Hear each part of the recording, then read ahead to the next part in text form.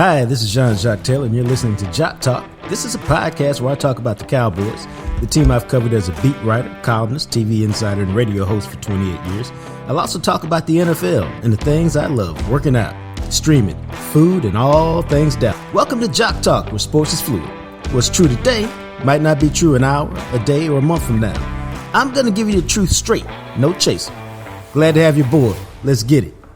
Welcome to episode 81 of Jacques Talk, my friends. I'm Jacques Taylor, host of your show, joined by my boy Big Joe, the Big Rig. What's up, dog? For episode number 81, we hope you're prepared to be entertained and dazzled for the next hour or so as we break down a lot of stuff going on with the Cowboys, some good and some bad, the free agent market, and a little talk that we'll see how much we can get through. I'll just leave y'all with that. Bruh, 81. That's a tough number for me. Who comes to mind for you? Man, I can't think of no Dallas Cowboys. Okay, I'm going to go with Rocket Ismail then. Rocket Ismail. Yes. The Rocket. Yeah, he was 81. You know, Rocket always 25 in my mind. But yes, he was 81 with the Cowboys. T.O. was 81, wasn't he? Damn, T.O. going to be pissed. Who cares? Why don't I remember T.O. as 81? He going to be pissed because T.O. is going from my boy to my arch enemy back to my boy again. So we good. Every time I see T.O., give me a bro man hug, say, "What's up, dog?" Yeah, T.O. Okay. Yeah, you caught me off guard this time, but yeah, T.O. 81. Rocket Ismail. I was going to say Russ Francis, tight end, all-world tight end for New England back in the 80s. That was the dude. I ain't never seen him do nothing, but Howard Cosell loved it.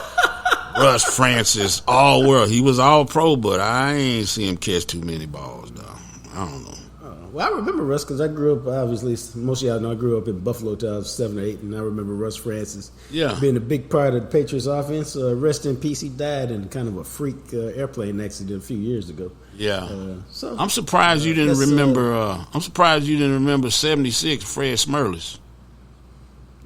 You remember him? Dog, that was a week ago. But I'm saying that was the Buffalo Bill. Yeah, I remember Fred Smerlis, but I usually when I play this little game that somehow has become organically ours, I think of Dallas Cowboys. I don't really go outside. I got you.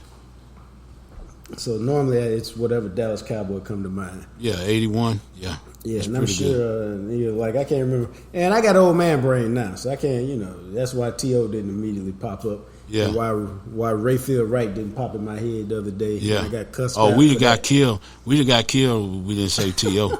So yeah, we said on that a little bit of housekeeping. What we need you to do, we ask, we humbly beg, if you can humbly beg, is go to YouTube channel right now. Take 2 seconds to go do it. Go to the Real Jacques Talk on YouTube. Subscribe, like, leave a comment. We appreciate it. I promise you. I was on the phone getting some things done today. We got some big stuff coming up on the channel. Probably the 1st of May. We're working on it now. We should have it ready to roll out the 1st of May. So to make sure you're already taken care of, go subscribe, like, leave us a comment on the Real Jacques Talk right now. You can also follow us on IG at the same handle, the Real Jacques Talk. You can find me on Twitter. If you think you got my account, you don't. Seriously, it's a long story. I'll tell you all about it one day. It got deleted. Very long story that I promise I'll tell you about one day. But I'm at JJT Journalist. I am Jacques Taylor is the handle. The book, Coach Prime, Deion Sanders and the Making of Men. You can find it wherever you find your books. Amazon, Walmart.com, BarnesandNoble.com. I'm blessed. I had 3 people pick it up last week and send me pictures. Text me about it. A couple of them have already started it. They rave about it. It's a good book because it takes you inside the locker room on the sideline where nobody gets to go. And it shows you why Deion got Colorado jumping. If you've been involved in an accident and it's not your fault, like some 18-wheeler ran you off the road and you sustained some injuries, there's been some medical malpractice with you, somebody else's negligence has caused you some harm. What you got to do is pick up the phone and call 972-934-8900. That's a greeting law. When they pick up the phone, literally, all you got to say is, hey, here's my circumstances. Here's my situation. What do you think? That's literally all you have to say. They'll take care of the rest. If they bring you on as a client, check this out. The consultation is free. The phone call is free. It costs you nothing. Zero, zips, nada. You pick up the phone and give them your circumstance. If they bring you on as a client, big day for you. And here's why. They handle literally everything. You need a doctor, they'll set the appointment up for you. You need a specialist, they'll set that appointment up for you. Whatever you need done, they'll set it up for you. Why is that important? It's easy. They want you focused on healing and renewal. Get your mind right, get your body right, get your life back. That's really what they want you focused on. Get your mind right, get your body right, and get your life back. The way they do that is they handle everything. They tell you when to walk, when to run, when to crawl, when to turn left, when to turn right. Follow their directions, and then, hey, all you got to do is be a good listener. Greening Law takes care of everything. 972-934-8900 is the number. If somebody else's negligence has caused you some harm, give them a call. And remember, real talk, the call don't cost you nothing. It's free. FREE. Give them a call. Dog, I am, free agency has started. And already I'm sick of y'all. I don't say this often because I try to be sympathetic to your issues. At one level, I can be empathetic, but it's been a long time since I've been a Cowboys fan. Like, I started being a Cowboys fan in 1994. Why? Because I started covering them a little bit that spring and covering them full time in 95. And to make a long story short, you cannot be a fan of the team that you cover. Okay? It doesn't work like that. I've been doing this almost 30 years, and a lot of y'all still haven't grasped that concept. It doesn't mean that you hate on the team. Okay? What it means, dog, is what? I don't have an emotional investment in the team. They win, it's all good. They lose, it's all good. It doesn't matter to me, okay? Unlike, who, dog? The Buckeyes. They win, I'm talking smack. I'm running around the house with Ohio State flag. Got some Ohio State draws on. They lose, I'm mad. They lose to Michigan 3 years in a row. I got double birds for everybody from Michigan. Why? I got an emotional investment in the Buckeyes. That, my friends, is the difference. So listen to me when I say this. I don't know if you included in this, dog, because I haven't received any text messages from you. I am tired of y'all overreacting to the first day of free agency. You know damn well the Cowboys are not spending no money on the first day of free agency. Check this out. Every year, every offseason, Philadelphia wins free agency in the NFC East. Or the Giants make a splash, or Washington sign. It don't matter. You know why? Here's why. For the most part, Doc, the best players get re-signed by their teams. If your team does not want to re-sign you and you become a free agent, something is typically, not all the time, but most of the time, something is wrong with you. Either your production ain't been good, either you're getting a little old, there's been a coaching change and you don't fit the scheme. Something is wrong with you because the best players get re-signed by their ball club. Would you agree with that statement, bro? Oh, I was waiting on the opportunity for me to push back because I do have an emotional investment in the Cowboys. I don't have no Cowboy draws, per se, but I got a Cowboy everything else, but I don't. Okay. So Philadelphia, when you bring Philadelphia up, they do it right over there. They win the offseason and they win in the regular season. And Howie Roseman is pretty good. And that Saquon Barkley acquisition is pretty good because I heard it earlier compared to the McCaffrey acquisition, where McCaffrey was injured a lot as a Panther. And he's been relatively healthy as a 49er because his job is easier. I don't think it's an overreaction when you're talking about what the Cowboys do. But respectfully, I don't think it's an overreaction when other teams do stuff. Saquon Barkley added to Philadelphia is a big deal to me. Okay. That is a fantastic point that you raised. It really is. I would not dispute the point that you raised at one level. Mm-hmm. At another level, I would say this. Every free agent situation is different. But here's what I'm going to say. I'm looking for something that I thought I had saved so I wouldn't have to look for it. And here it is. I don't know if I sent this to you. But I looked at 2022. Just 2 years ago. All right? 2 years ago. When I heard this same stuff for the most part. 7 of the highest paid free agents that year. 7 of the 11. In 2022 are no longer with the same team that signed them 2 years ago. I'm talking about guys like Teron Armstead. Y'all remember him? 5 years, $75 million to the Saints? Well, he's with the Dolphins. How about Von Miller? 6 years, $120 million to the Bills. Oh, he the pass rusher Buffalo needed. Oh my God. What are they gonna do? Buffalo to the Super Bowl. Yeah, he ain't done diddly. Oh, JC, he was good till he got hurt. He was good. Hey, I'm just saying. Well, the 6 years, he wasn't going to play 6 years there. No, I'm only talking about the response, and he was going to deliver them a Super Bowl. All right, he has not delivered them a Super Bowl. I'll wait. I'm sorry. Yeah, at the moment, we're going to ask the bishops and the congregation to stand up. All right. J.C. Jackson, 5 years, $82.5 million. Damn. Oh. He going to be the dude for the Chargers now. He going to help Justin take it over the top. I lied. I ain't going to wait. Okay. That dude was a buster. He ended up back in New England. That's an outlier right there. He was a straight up asshole, though. His problem with him.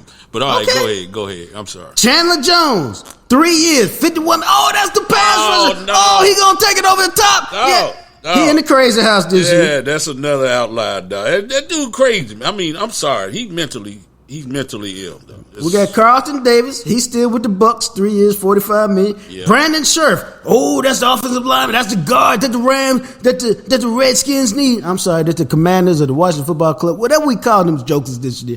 Oh, he gonna help turn that offensive line around. Yeah. Oh, he with the Rams. 3 years, $45. Marcus Williams. He with the safety with the Saints. 5 years, $70 million. Whoops. Oh, he's with your boys this year, the Ravens. Mm-hmm. All right. Allen Robinson. He with the Bears. 3 years, $46 million. Nope. He gone. Randy Gregory. Oh my God. Dallas missed out on him. The Broncos signed him to the same money. 5 years, $75 million. Oh, Randy Gregory gonna finally get his potential in Denver. He can play opposite. He ain't gotta do everything.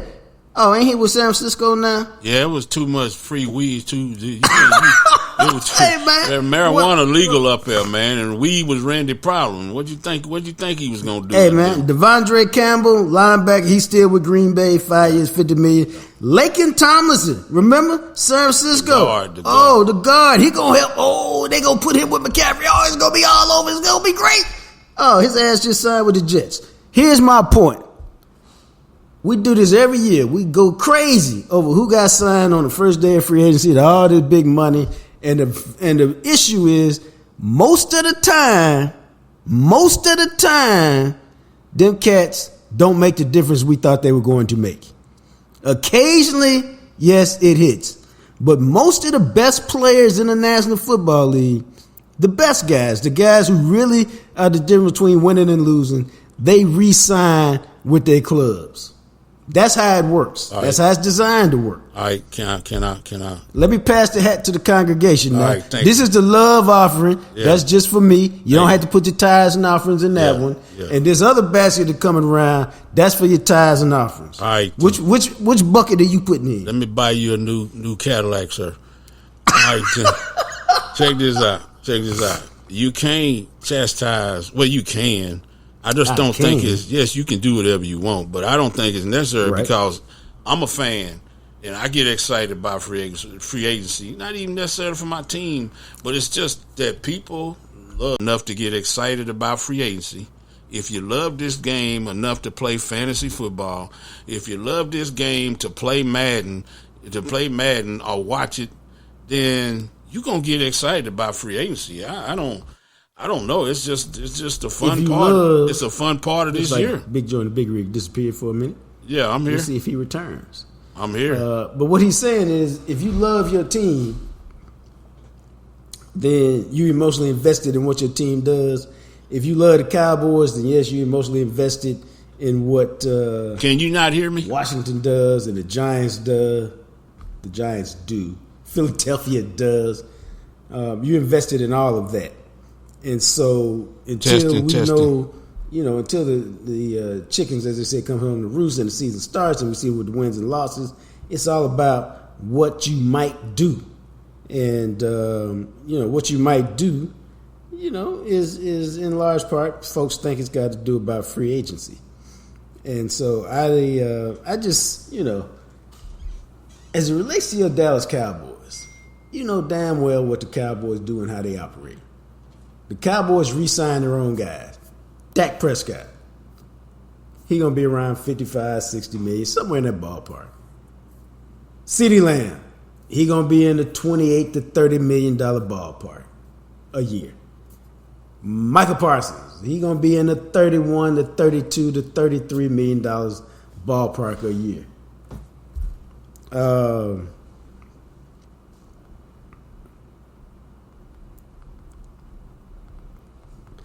So you got that situation.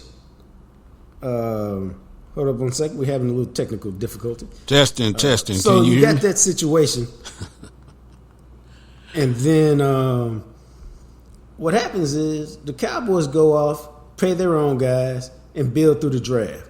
That's why guys like Tony Pollard, they let go. Guys like Tyler Biadasz, they let go. Testing. Because they feel like they can replace those guys in the draft and there's no need to spend big money on them. And they've been a really good drafting team, and so they're not going to spend big money in free agency. They're going to get parts like J-Ron Curse and your boy who signed with the pass rusher who signed with Washington. Testing. It's good to have you back. Yeah, I don't know. All right. Well, I was watching you make my point, but kind of not make my point. But I got you. Hey, I don't know what happened. Right. I wiggled the cable and I came back. How about that?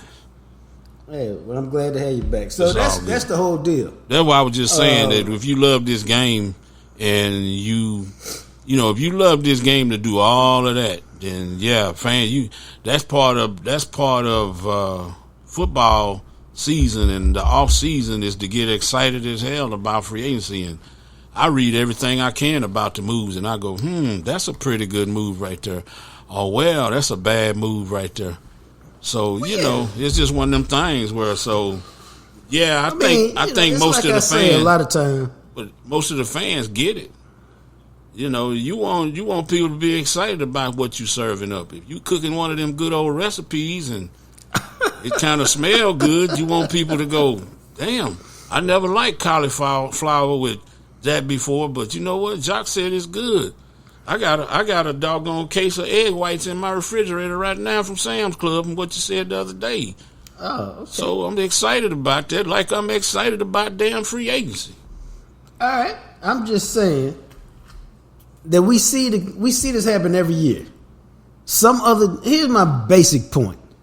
Every year, some team not named the Dallas Cowboys kicks ass and takes name in free agency. Let's just use the last 3 years. It could be Philadelphia. It could be somebody else in the NFC. Somebody is kicking butt, taking names, and what do we end up saying at the end of the year? Your Dallas Cowboys are 12-5. Your Dallas Cowboys are 12-5. Your Dallas Cowboys are 12-5. Yes, they have not had postseason success, but they're doing well in the regular season, and you must do well in the regular season. You must win big games in the regular season to get to the playoffs where you can lose big games. Yeah. Okay? That's when people say, I guess something better than nothing, which I hate that term. Well, I mean, they can go a lot of different ways. Let's be the higher end of mediocrity. How about that? Hey, I'm just saying. That still sucks. But I'm going to get excited about free agency. You can get excited about free agency. Yeah. It's just not the end all be all. That's just me. And the Cowboys are not a team that spends big money in free agency. They haven't done it in forever. And so I guess my whole issue is I just never get the fake outrage on, oh, it's the first day of free agency, the Cowboys have done nothing. Well, everybody's going shopping. They do this every year. Well, that's why we end up not hitting the division, what is it, divisional round? Well, that's why we don't, how did the Cowboys get a Super Bowl? You can't compare back. Splash. They're different, but they ain't. It's just kind of coincidence, huh? I don't believe in coincidence, but it's the same thing that they're not trying to do nothing, and damn it, we don't get nowhere. 12-5, 12-5, 12-5. Ass whooping in the playoffs. Ass whooping in the playoffs. Ass whoop in the playoffs again.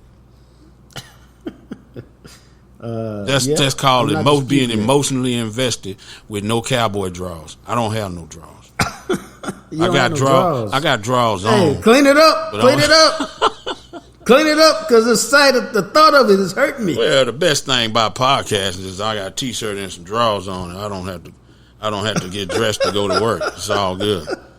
See, okay. There you go. That's TMI a little bit. No, a lot. But that's okay.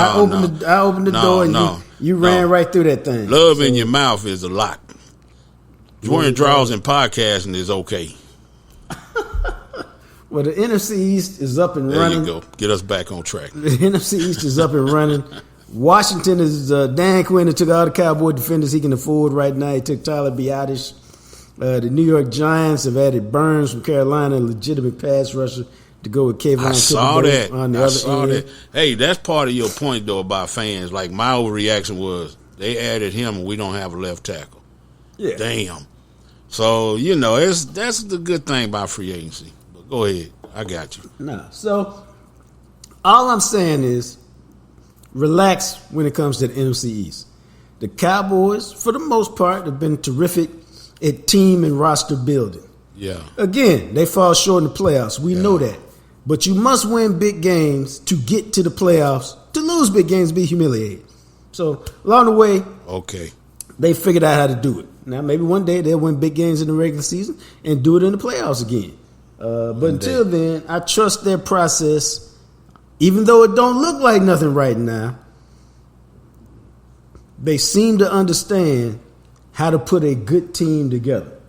And so, I will trust Will McClay as the architect and the rest of those boys to put a team together that's representative. And then when it's not, I'll be like, hey, they should listen to y'all. They should have grabbed a bunch of dudes in free agency. I think the inability of Washington and New York to put together a team that's worth a damn helps the ability of the Cowboys to win some of them 12 games. But that's me. That's a different conversation. Yes, but I don't dispute that point. Yes, sir. New England did that for a long time, but then they went to the playoffs and cashed in because the AFC East was trash for more than a decade. Yeah. And they took them 6 wins every year and took some other teams and got to the playoffs based off that 6-0 division record. Well, let me say this about Philadelphia. This is what I thought my Philadelphia friend was posting Saquon. I said, I don't want Philadelphia to get nothing else because they seem to know what they're doing. But the problem with them is, and what's going to make your point about free agency is, they got a new weapon, but they haven't handled the dysfunction of their team. No. And that's what blew them up last year. Not the talent, the dysfunction. So, yeah. No. I got you. Good on that. Let's shift. But Philadelphia's a good place to stay because the running back market, my friends, is not the running back market we thought we were going to have. But before I talk about that, let me just tell y'all this. I'm finna preach again. Get the organ ready, dog. I'm fired up today. So check this out. I'm going to cuss 1 or 2 times, too. All right? You going to go the big cuss words or the little cuss words? No, I think it could be somewhere in between. Oh, hell. I get sick of hearing all this BS. See, I avoided the cuss right there. From fans. Here I go again on fans. Yep. You talking to me, too. You talking to me, too. Well, if this shoe fits, wear it. Yeah, if this particular cap fits your head, pull this thing on.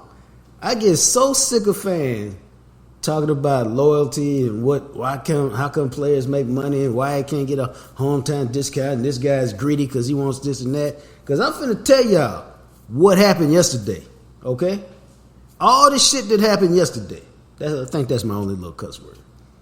But here's the shit that went down yesterday, dog.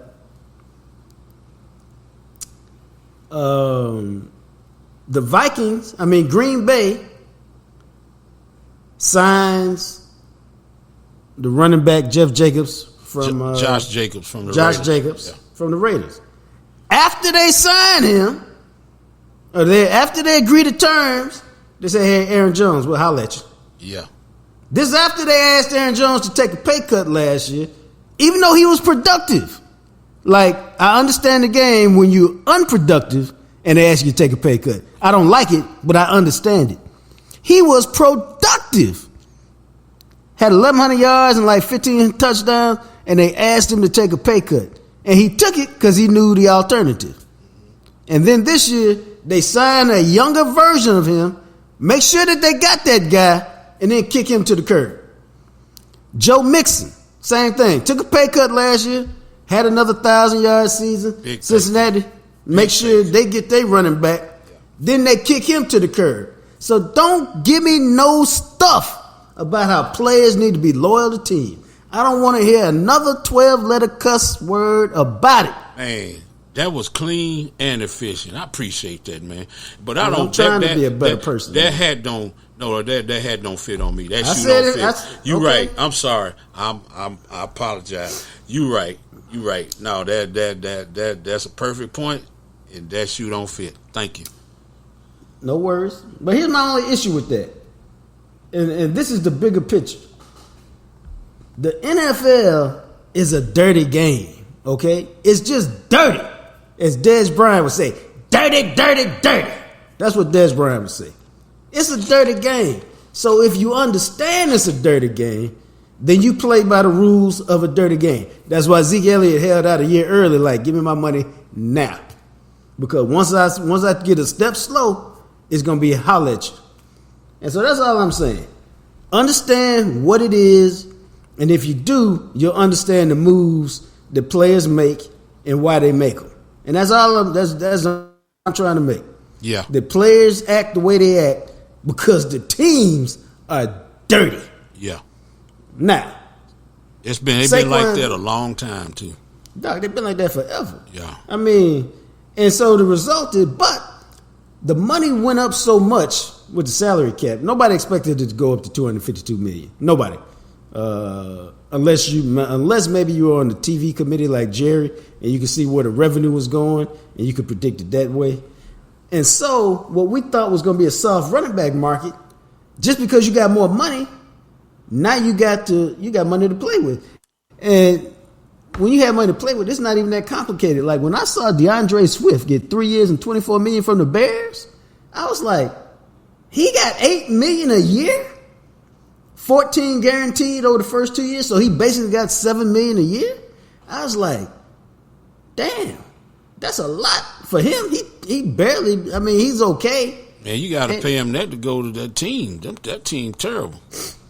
Well, what it did was it set the market. Like what happened is you go, okay, if DeAndre Swift is getting $8 million a year, I looked up his stats because I didn't know what they were. He had 1,049 yards. I said, oh, Tony Pollard had like 1,007.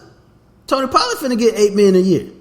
What Tony Pollard get from Tennessee? 3 years, 24 million. Cowboys didn't want to pay that. Cowboys were after Moss. Where did Moss end up? He ended up in Cincinnati, which is why they let Joe, what's his face, go. Joe Mixon. Joe Mixon go. Yeah. The Cowboys were in conversations about Moss. The number reached 4.5, which is what he got from the Bengals. They're like, we out, dog. So that tell you they didn't want to spend no money on a running back. Right there. You know, but Austin Eckler, I think he got $7 million a year to go from the Chargers to Washington. You know, but the running back game was crazy yesterday. Bottom line is King Henry, Derrick Henry. He's with the Ravens. I haven't seen his money yet, but I know it's out there. Give me a second to look it up. But, So the running back game has changed, and the Cowboys were not involved in it. And does that disappoint you? Yeah, big time. We gotta get. Who's gonna run the ball? Draft a running back, bro. Okay. They are. Yeah, but I don't know who. There's but nothing. Draft a running back. There's nothing better than signing a known quantity. There's nothing better than that. You can look at a guy and project him. That's why you go first round running back, second round running back, maybe. That's why you can hit on a Pacheco like the Chiefs, a seventh round guy. Do your scouting. Talk to somebody who knows somebody who knows something who pull this guy out the woodwork. That's the luck that you have when you're drafting somebody. So just because they pick a guy don't mean he gonna be good. It's just different than signing a free agent or even picking somebody up that nobody wants. At least you know what you're getting. You think you do, but you don't. What you mean? If you get Josh Jacobs, you know what you're getting. If you get Derrick Henry, you got a better idea of what you're getting before you draft somebody that ain't played at this level. Here's my point. There are different levels of crapshoot. Derrick Henry, 2 years, $16 million, $8 million a year. Mm-hmm. You say, hey, you get Derrick Henry, you know what you get. Yeah, you do know what you get, unless what? Unless at 31 years old he falls off a cliff this year.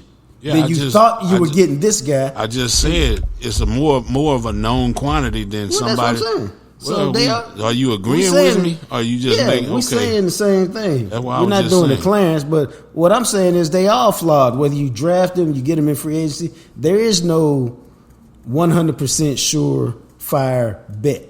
So whatever approach you take, there's some risk. Some moves have more risk than others. That's all. And when you take a veteran, you're hoping for less risk. But we see the list I just gave you, 7 of the 11 free agents change teams in 2 years, says that even when you take that guy that you think you know what you're getting, you don't know what you're getting, because if you did, you would have got rid of him after 2 years. I get it. You one of them people like that. I say, man, it's kind of cold out here. You say, man, it's freezing too. That what we talking about? That what you doing? It sounds like you're trying to make me Clarence E. Hill Jr. No, I'm not. And Clarence argue with his damn self. He don't argue with me. No, I try to argue with other people. Yeah, I don't. And I don't even argue. I just had conversations with other people. I'm just saying he argued with himself. But the issue is the running back market changed. There's a lot of running backs out there. They all changed teams.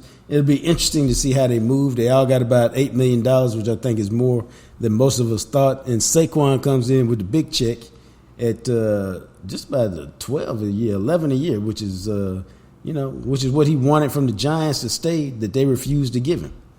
I think Saquon's a good runner. I think the question we had with Saquon was always, what? Can he stay healthy? And nobody will know until the season starts. But that's always Saquon's question is, what's his health like? Because when he's healthy, he's a good running back. He just ain't never been healthy. Yeah, I think he like a low key McCaffrey. He can catch the ball. He can't route you up like McCaffrey, but he can catch the ball. He can run. He explosive. But that health, yeah. I just hate he went to Philly because I wish the best of luck to him, because I had a cousin play ball with him at Penn State, and he a good dude, but damn, he had to go to Philly, huh? Yeah. Yeah, it's horrible. Yeah, so that's the running back market. It's going to be interesting to see how it plays off. As it relates to the Cowboys, and people are like, the Cowboys losing all these guys. They're not losing a single person that most of the fan base, number one, didn't expect them to lose, and number two, wasn't like, who cares about that guy?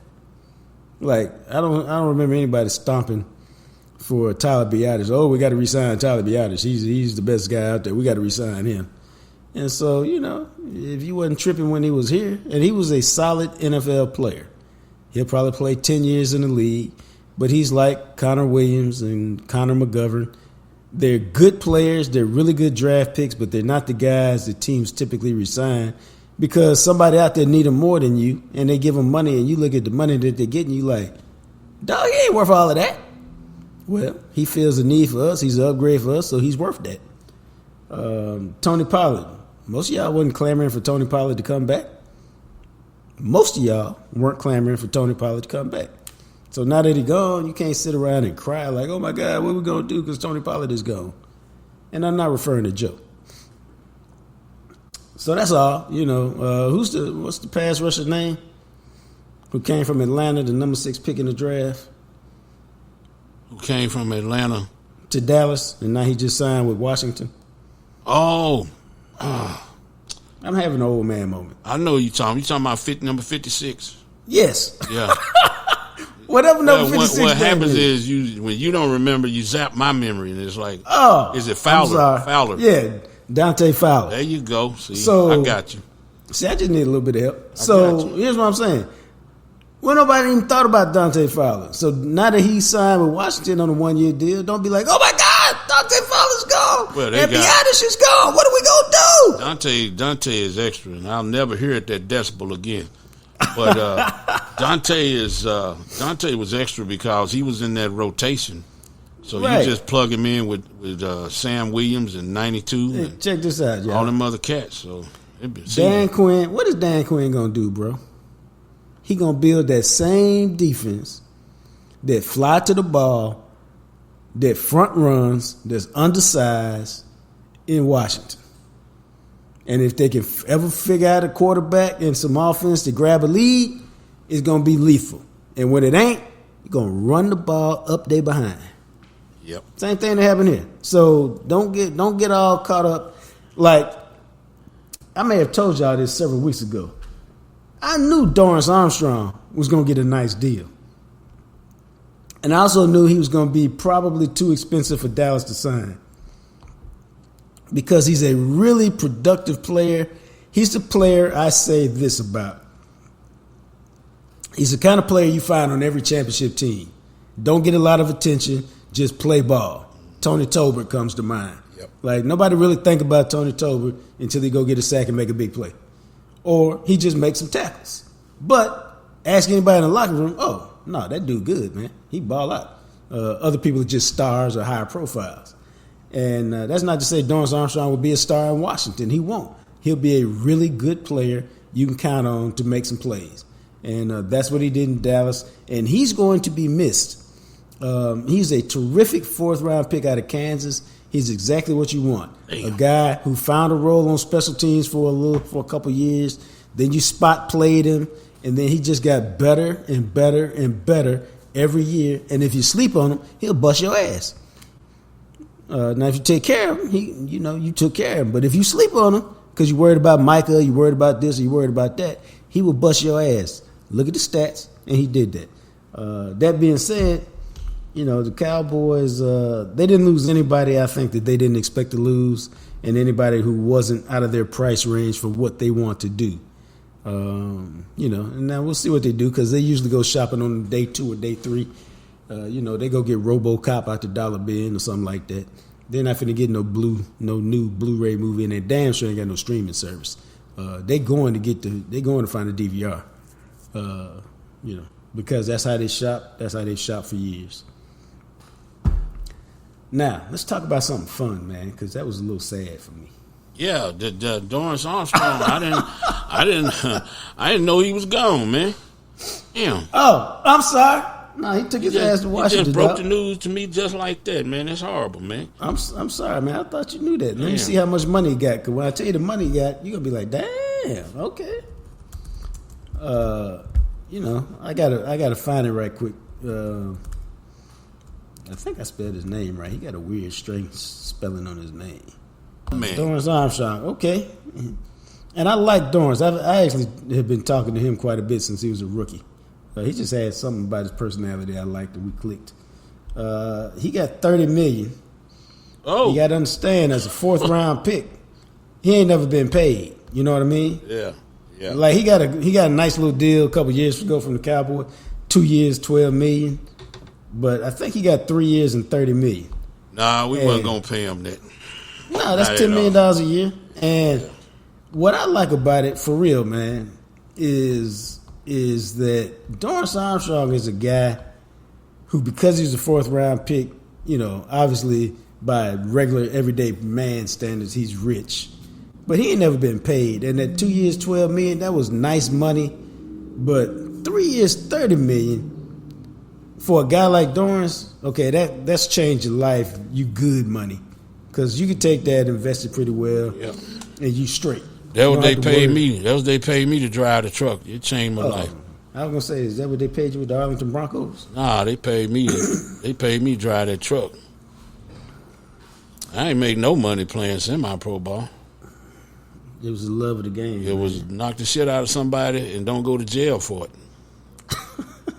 That's what that was right there. Legislated violence. That's right. Okay, I can get that. Let's go to the wire, man, and let's wire. Let's go to the block. To the block. We're going to talk about the wire. Yeah. Let's go to the block. And the block today, on this Wednesday, is sponsored by Smokey John's Barbecue. Todd Archie got the day off. So Smokey John's Barbecue is sponsoring the block today. 1820 West Mockingbird. Y'all know the deal. It's the Jam Session Bowl. Home of the Jam Session Bowl. And the Jam Session Bowl is a delicious bowl with either a mac and cheese base, which Joe went for, or the mashed potato base, which I typically get. 2 out of 5 smoked meats. I usually rock with the brisket and the sausage. Joe likes the double brisket, but I believe he went with the brisket and the sausage when he tried it. And then all that stuff they put on a loaded baked potato. Chives and bacon bits and sour cream and cheese, all that stuff, butter. They put all that stuff on top of it. Then you can either drizzle it with sauce or you can drench it with sauce. Either way, what is it, dog? It's delicious. Some people say it's love in your mouth. Either way, it's to live for. That Jam Session Bowl changed your life now. Real talk. I ain't never had somebody get the Jam Session Bowl and be like, dog, that was overrated. It was all hype. It wasn't no good. Nah, you can't be a foodie and say that. It is really love in your mouth. It's delicious. See, Jess is over here laughing. She likes that, though. Jess is doing our content today. Oh, she don't like that. So, that's the Jam Session Bowl. If you need Smokey John's in your life sooner than that, man, you can go to the website, SmokeyJohns.com.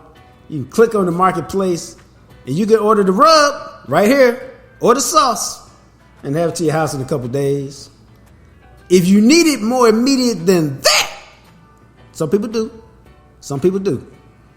You can get the rub at HEBs all over the DF-Dub. And Texas. Okay, it's on the shelves, baby. You can walk in Burleson and Waxahachie and Frisco and McKinney, go to HEB.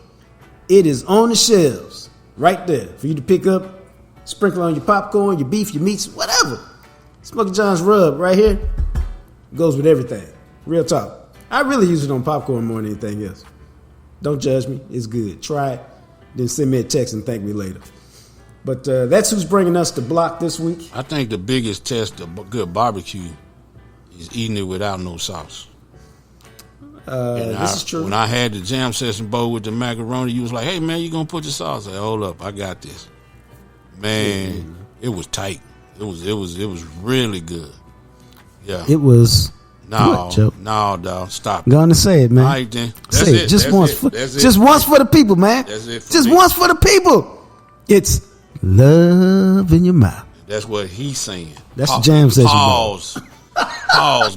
Big pause right there.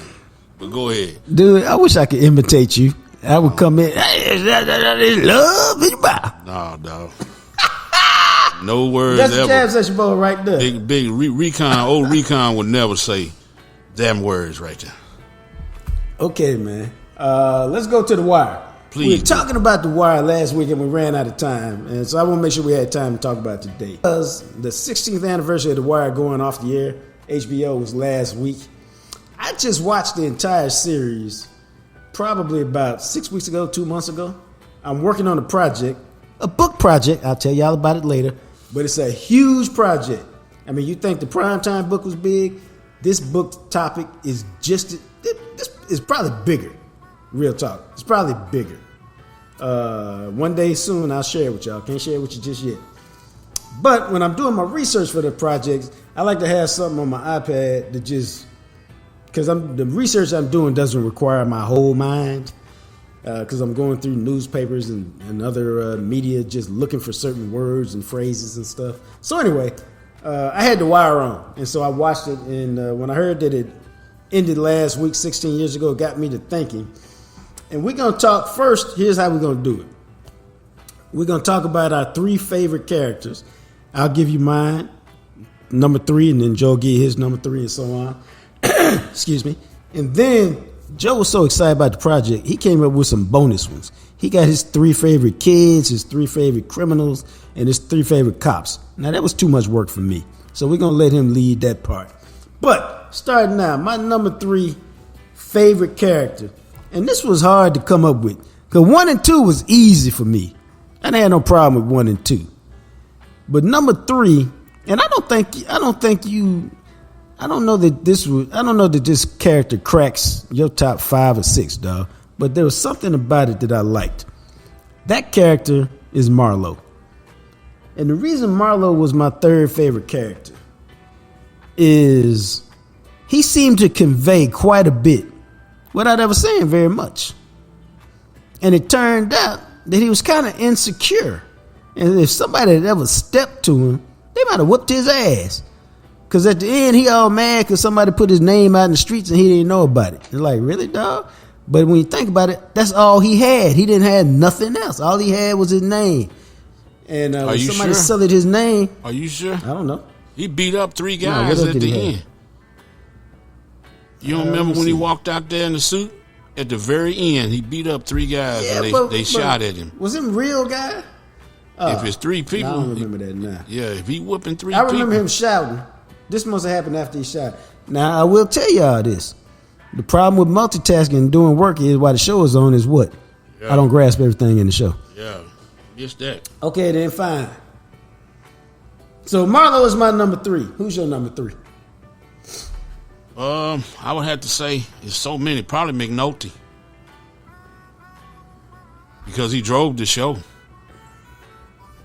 He was always in it. He did drive the show. He drove. It was an entourage, but he was at the front. He drove the show, whether it was good, bad, or ugly, whether he got demoted, promoted, or whatever. He drove everybody around him, and he was connected to each and everybody in some kind of way. I can't deny that. But I think I just felt more of a camaraderie with the criminals. I can't say that. Maybe it says something about me that I got down with the criminals and not the police officers.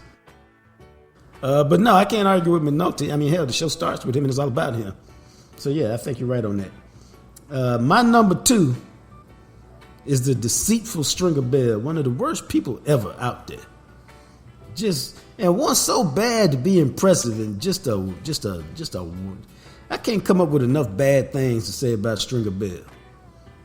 And I fell in love with the show when he got shot because I kept thinking, how's he going to get out of this? And the answer was, he wasn't. And I was like, oh, snap, they killed Stringer. Yeah. I said, they killed Stringer, they'll kill anybody. That's the HBO way, bro. That's the HBO way. They Dog, will and kill I wasn't no good after that. Yeah, you got to watch out for that. Dude, yeah. That's why I fell in love with The Wire. I mean, it was all good when they were killing other people. Well, that's Ed Stark. But when they killed Stringer. Well, that's Ed Stark in Game of Thrones, and then that's Jimmy in Boardwalk Empire. Ed Stark or John Stark? No, Eddard Stark. Was it Ed and John? Eddard Stark was he was the one with his head on the spike? Yeah, that's Ed Stark. Yeah. Okay. His name was Eddard Stark.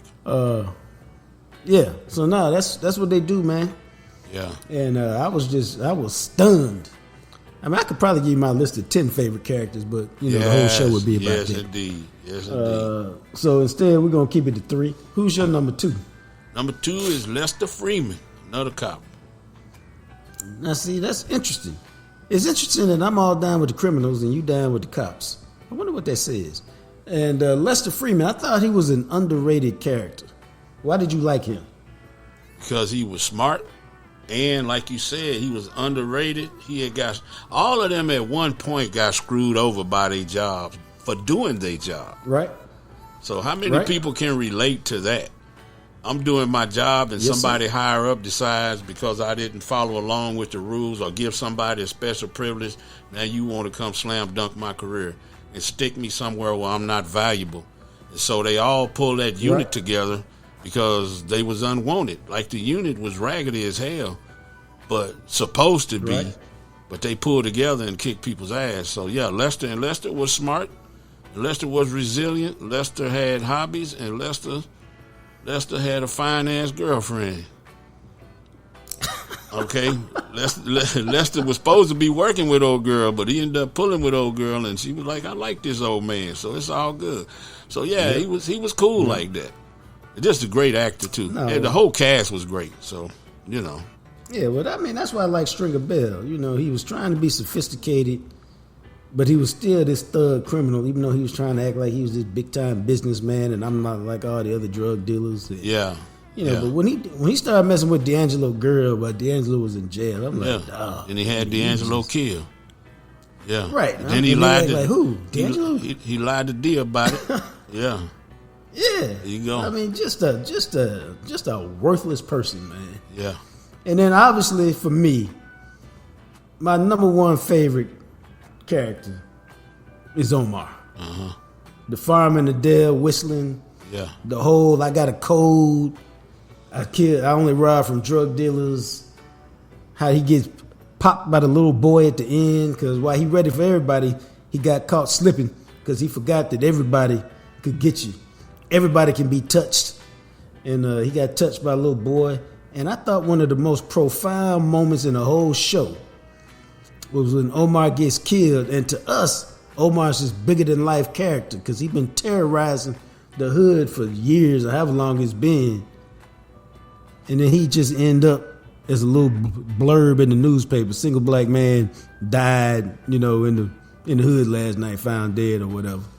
And that just goes to show you how, you know, at one level you could be the guy, at another level you're nobody. Not to mention the way he played the gay part.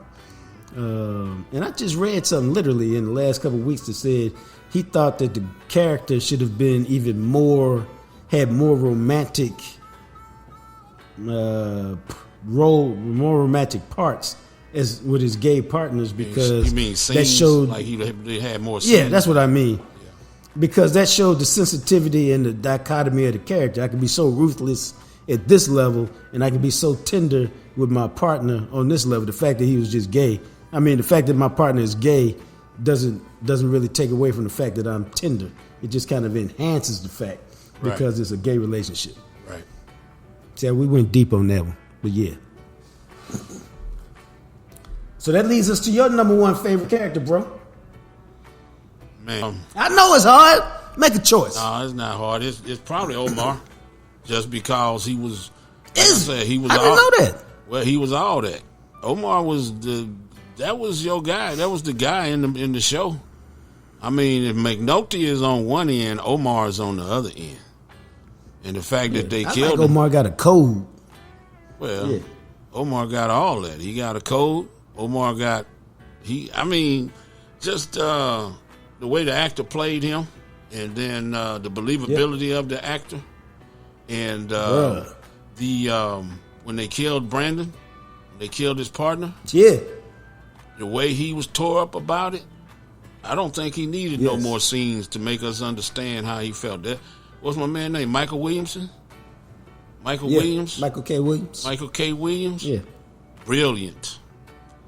Just to watch him, just the way when he found Brandon, when McNulty snuck him into the hospital to see him, right, and then the way he was tore up, it kind of choked me up a little bit now. Just the way he portrayed that and the way he was tore up about it, it just showed the range, you know. And then he had that's what it's all about, the range. Yeah, he had that Baltimore accent down pat, right? Because he doesn't speak like that. And Right. when you see him in Boardwalk Empire, you realize how good he was in The Wire. So with the actor, his portrayal of the character, yeah, he's number one character. Yeah, for sure. Yep. All right. So my top 3 characters on The Wire is damn, who did I say, Doc? You said, Marlo. yeah, I Marlo, like Marlo. Stringer Bell, and Omar. Joe's top 3 characters were McNulty, Lester Freeman, and Omar. And we didn't talk about this before, so I was really surprised Omar was your guy, was your number 1 character. Yeah. Now, let's open it up. So your 3 favorite criminals are who? Marlo, Avon, and Omar. The humanity. Marlo had no humanity. He didn't give a shit about None nobody. whatsoever. And he was Nobody. He was really tough, and he was ruthless. He had no humanity, and so I don't. That's what made him my favorite character, because I wanted to see Marlo get done in, but he didn't. But he didn't. Yeah, I was like, somebody please do him. But Somebody take him out. Yeah, the humanity that Avon had.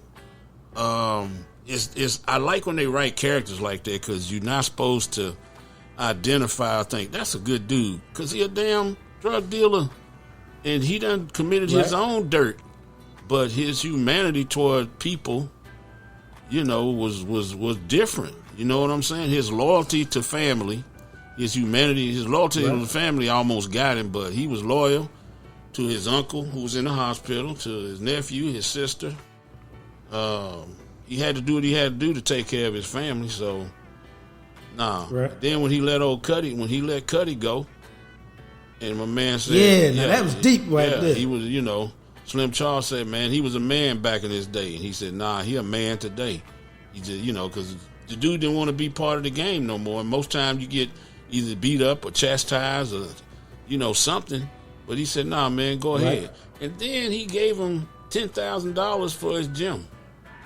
Remember that? Is that all you need, man? Man, go get that man 10,000. You saying all that to get 10? That's all you need?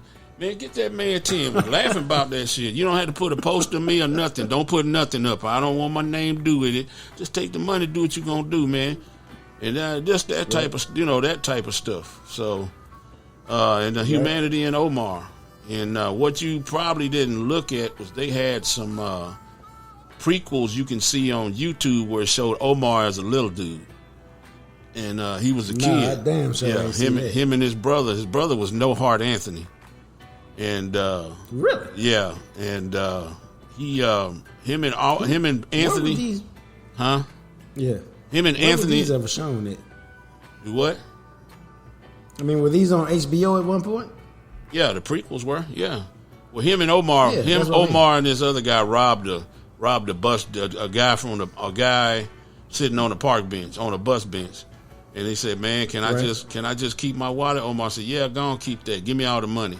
They get around the corner, and Omar said, "Man, let's give him his money back, because it don't feel fair to rob that dude." And so they gave him his money back, and the other dude said, "Hey, Anthony, I don't think your brother cut out to do this." Little did he know that's kind of where he developed his code. And that was a prequel. Yeah, you can find it on YouTube. I'm pretty sure it was shown on HBO some kind of way, maybe. But it's pretty good. That's pretty interesting. Yeah, the development of the characters. But you got the 3. That's your 3 favorite. Yeah, the 3 cops. The 3 cops. Yeah. Man, Kima. Then Kima. Sonya Song. Great actress. Right. Great actress. And that was like, she had done some other thing. I think she played the bartender in Shaft, and the remake of Shaft. She did. Yeah, she was good at that, and she was just a minor character. But man, that was a lesbian relationship she was in, and they showed the sensitivity with them. So it's kind of a double standard, and in that. But she was good in that role because I don't know if you remember the courtyard scene where they knocked over the old cop and Kima ran across the damn courtyard, and you thought she gonna pull that guy off the cop and she gonna help her friend up. No, she start beating the shit out the dude. She ran all the way across. I thought she was gonna go break it up. No, she started whooping ass. No. And then when they had Bird in the question room and Bird was calling her all them names and stuff, and Daniels walked in there and tore up the picture they took to make him, show him how he looked before they got interrogated. And then they whooped his ass. And then he said, "You better go in there and save him." You know what, McNulty? McNulty said, "You think Bird gonna hurt her?" No, you need to save him from her, because she was in there whooping his ass. So yeah. She was one of my favorite characters. She plays on Will Trent right now, and I don't know if you watched that. I tried to watch that show. I don't like it. That's pretty damn well. I tried to watch it. You don't like good stuff, so it's all good. And so I don't know. Really? I don't know what to tell you about that. That's an excellent show, especially for TV, regular TV. It's pretty good. Yeah. All right. So you got Kima, McNulty, Kima. And Lester. I gotta put Lester in there. Or right. Bunny Colvin. Bunny Colvin. You know who Bunny Colvin? Yeah, I'm down with Bunny. Bunny was I was probably down with more. Bunk, yeah. Well, if you down with McNulty, Bunk and McNulty go together. The whole episode where they say shit. That's one of the great scenes. Yes. I think it was 54 times they said them words or something. But it was pretty good. Right. But yeah, them guys kind of paired up. So you got the 3 criminals. Did we do 3 criminals? We did 3 criminals, 3 cops. Did we do the 3 criminals? I'm sorry. Yeah, we did the 3 criminals. Okay, so that's the 3 cops, 3 kids. Michael. Yeah, you said kids. Michael. Yeah. Because he was a dog. He turned into the new Omar. Turned him into a killer. It turned him into the new Omar. But remember, he started robbing drug dealers at the end. And then Naaman, how he was a degenerate fool. And then Bunny saved him. And, he was just a kid. He was typical of a lot of kids, is that they are really smart in the environment. They are really smart kids and really clever kids and show real intelligence, but the environment that they in, they get ridiculed for that. Where, sometimes in our community, which happened to me a little bit, where as soon as you show any type of intelligence or you want to, you might be pretty smart in something, some people, not everybody, but some people, you think you smart. You think you smarter than me. Well, you don't have no street knowledge. Well, right. God bless Wanda K, which is my mama. The street knowledge didn't make she whooped my ass enough to know, let me know that street knowledge ain't gonna help me. So I wasn't accountable to them. That's what I thank God for my mom. I was accountable to her. You understand? So that saved you from that environment. And Naaman, who was Weebo's son, which Naaman's mama wasn't worth a damn, but his daddy was gangster. She was worth less than that. Yeah. Well, his daddy was gangster, but Bunny talked to him, and those two guys. This is what made it such a great show. The gangster and the policeman had common ground. And he pulled that boy up out of that shit, and he was talented. And the third kid was Kennard. Kennard is the kid that shot Omar. I was gonna say, who is Kennard? Kennard is the kid. I saw Kennard he was in an earlier scene. He was in a scene where he was hiding Naaman's dope, and Michael made Naaman go over there and say, "Nah, man, ain't nobody robbed him. He hiding the dope." So they followed Kennard. Right. And they whooped Kennard's little ass for hiding the dope. Michael did. Naaman was never cut out for that game. He was never cut out for that. So, that's why that's what made it a good arc. Oh, and honorable mention is the little boy who kept jacking all them damn cars. Boy could barely touch the pedals, barely see over the damn steering wheel. And I don't know if you remember the scene where and one of the ending scenes where Naaman was in the neighborhood sitting out on one of them stoops at Coben's house, and and all of a sudden your boy drive by in the SUV bumping that damn thing, the little dude, And I was like, yeah. Naaman kind of gave him a nod, like, yep, you go ahead on. That's cool. But you go ahead on with that shit. But yeah, you know, that's why the Wire is fantastic, because we just spent 20 minutes talking about the Wire. We ain't talked about Brody. We ain't talked about Prop Joe. We ain't talked about Cheese. You know, and any number. You know, we ain't talked about Wallace. We ain't talked about really D'Angelo. They had a Prop we Joe. Talk about all these cats. They had a Prop Joe prequel too, where he was bribing the teacher. Yeah, that's that pretty don't good. Surprise me. Yeah, but the Wire. Go ahead. I don't know. Did you read the book on the Wire? No. That Jonathan Abrams wrote? No, I didn't read. It's fantastic. It's an oral history on the Wire. It's one of the first audio books I got, but it's probably worth me reading again, because now that I've seen it a couple times, it'll probably make even more sense to me about the characters and how they put it together. And it's fantastic because he talked to everybody. Everybody. Well, we didn't talk about.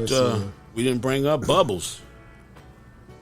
Dog. That was just another great character. You know, it's just man, it's good. And what's my man name? Carver and Herc. See, you could do a whole nother deal on the pairs in the Wire, the people that work together in the Wire, and you go, it was really Bubbles and Kima was together. Bubbles and Kima, Herc and Carver, Bunk and McNulty. Yeah. And then what's my man? He died. He's a black actor, and he was Carcetti's right hand man. You know what I'm talking about? The mayor to be in the guy ended up being the mayor. He was the black dude that was right hand man. I know who you're talking about, but I can't remember his name. Remember his name. But he was. We ain't talked about shit. Yeah, shit. Yeah, shit. I want you to give him a post so far out that the Philadelphia cops can see his ass coming. Y'all think y'all messing with me? Y'all ain't seen that, man. That dude had a lot of good scenes in there, and he's been a character actor on a lot of stuff. I saw he played.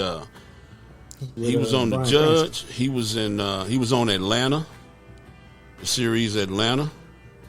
That's a good series. I don't know. Atlanta is the capital and most populous city in the U.S. state of Georgia. It is the seat of Fulton County, and a portion of the city extends into neighboring DeKalb County. Shall I continue? No. I thought it was good. You should check that out. Yeah. But so that's our conversation on the Wire. Fascinating, riveting, and that's why we pushed it back a day. We didn't. I don't want to have to rush through it. And there was no need to rush through it. Take your time, savor it like an aged stout or a good whiskey or a lovemaking session. Depends on how you think of things. Oh, have mercy. Really, dog. I knew that was gonna get him. I almost was thinking to myself, 3, 2, 1. It didn't get me. You got company. Right on one. Well, I ain't. Hey, remember, you can always find a book, Coach Prime, Deion Sanders and the Making of Men. You can find that wherever you find your books. It's my time that I spent the 2022 season at Jackson State with Deion. You want to know why he's kicking butt, taking names in Colorado? This book will tell you. We always appreciate Greening Law. Can't do the podcast without them. Smokey John's Barbecue. That food that is what, Joe? Love in your mouth. It is to live for. Go get you some over there at 1820 West Mockingbird. Until we talk again, remember, hey, go to the YouTube channel, The Real Jacques Talk. Subscribe, leave us a review and leave us a comment. We appreciate it. Till we chat again, you guys be blessed.